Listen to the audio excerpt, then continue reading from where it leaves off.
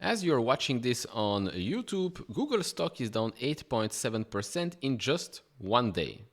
That's crazy. No earnings report, nothing. Google stock is down 8.7% in one day.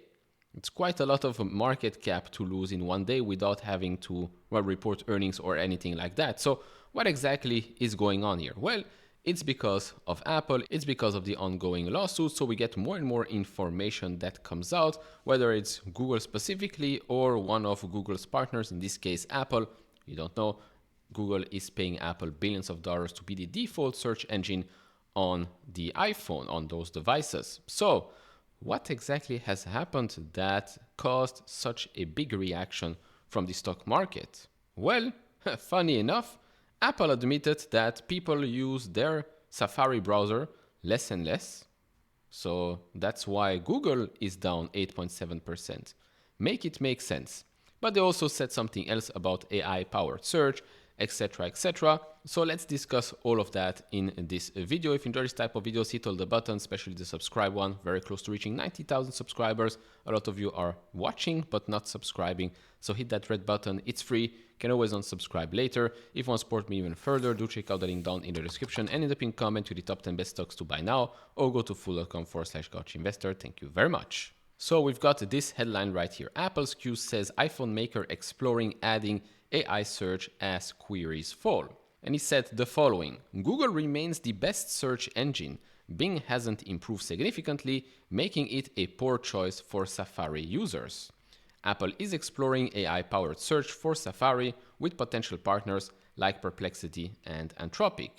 Browser search volume dropped in April 2025 for the first time in 20 years. According to Gartner, they're predicting a 25% decline in traditional search engine volume by 2026 due to chatbot-like applications. Okay, let's unpack this, shall we? Point number one. He admits that Google remains the best search engine. He also admits that Bing hasn't improved significantly. So here again, I don't see why this should negatively affect something like Google. But okay. Second point, and this is probably where the impact is. Apple is exploring AI-powered search for Safari with potential partners like Perplexity and Anthropic. Specifically touching on Perplexity, and here comes Comet, which is going to be their AI-powered browser. Also, it has a lot to do with AI agents, meaning if you go into that browser, whenever that will come out, according to the CEO, I've spoken with him and a couple of other people from Perplexity in Miami during my weekend, also got Perplexity Pro. So if you're watching this, thank you very much. Well, they're working on it, should be coming out pretty soon. Maybe I'll invite them on the channel to talk more about that. But this is going to be an AI-powered browser. A lot of it will have to do with AI agents. So if you want to do complex tasks or just repetitive tasks, there are going to be agents doing that already inside that browser. No need to download extra apps or open new tabs, etc, etc. The whole browser is going to be based on, well, AI apps, AI agents, etc, etc. So yes, that could have a negative effect on Google if suddenly more and more users of iPhones, etc, etc, switch from Google to something like Perplexity or Anthropic. Yes, that could cause, of course, a decline in search queries and advertising for Google. But right now, what I'm reading here is that Google still doing very well, Safari not so much.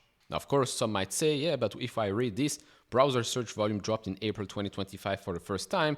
That's because, well, a lot of people are using ChatGPT, Perplexity, etc, etc, and so they're not searching that much anymore.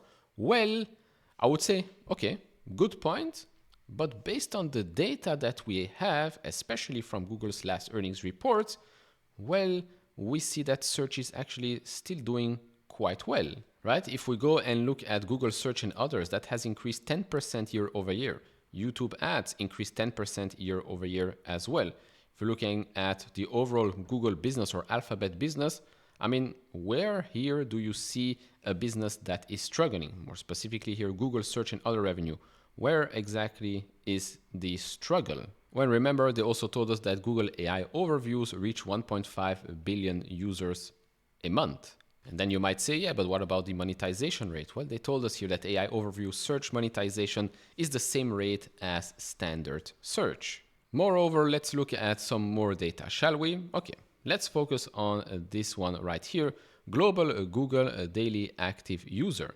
Globally, Google has approximately 907 million mobile daily active users. Can you see how fast this is growing?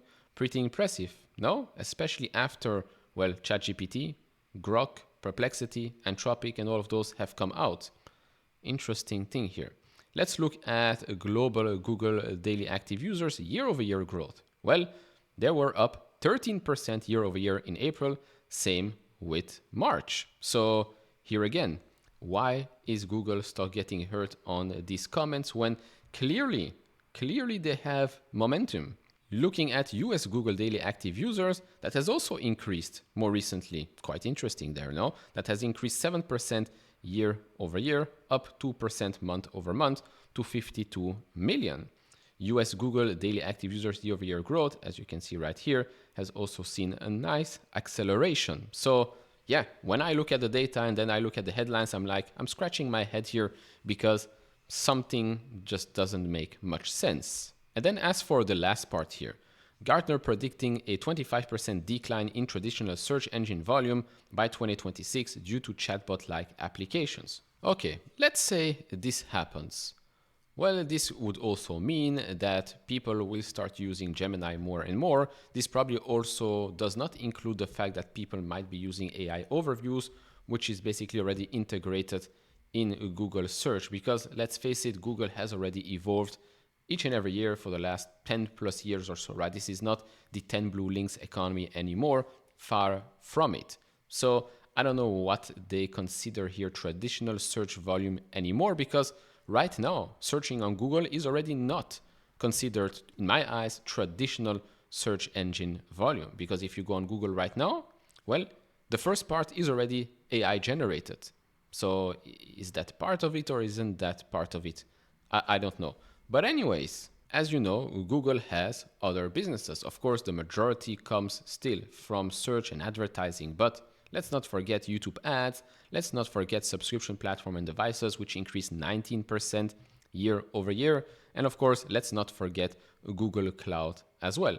This is already a big business that is growing 28, close to 30% year over year with some pretty high margins as well. So it's not that, okay, Google search volume might come down, that might hurt their core business, and so the whole business is going to suffer because of it. No, the whole business is evolving and diversifying more and more. Of course, I'm not here going to talk about Waymo because that's still in the other bets category and we still have a long way to go. But Waymo probably in the next couple of years will be valued at around $100 billion, if not more. So yeah, when you look at this, when you look at Google Cloud revenue, already generating over $12 billion a quarter, if you annualize that and then you put in, let's say, a generous multiple, how much are you willing to pay for that business specifically? How much would you pay for a business that generates, let's say, $50 billion a year in revenue? And let's say that margins are now, what, closer to 30% or something like that? How much would you willing to pay for that business? $500 billion in market cap? Well, right now, Alphabet is going for what? $1.7, $1.8 trillion. So $500 billion from that is going to go to Google Cloud, which is already a fast growing business. So how much are you going to pay for the rest? Only $1.2 trillion for the rest, for YouTube, for Google search, advertising, the other bets category, subscription. Seems quite strange to me, no? But anyways, that's it. That's the reason why we've seen such a reaction from the market. You know me, I don't think this makes much sense. But okay, we'll see. Maybe this is Google's meta moment from 2022, and then we're going to see this rebound quite rapidly. So all in all, that's about it. Do share your thoughts down in the comment section below, like, subscribe, all of that, and I'll see you all in the next one. Bye-bye.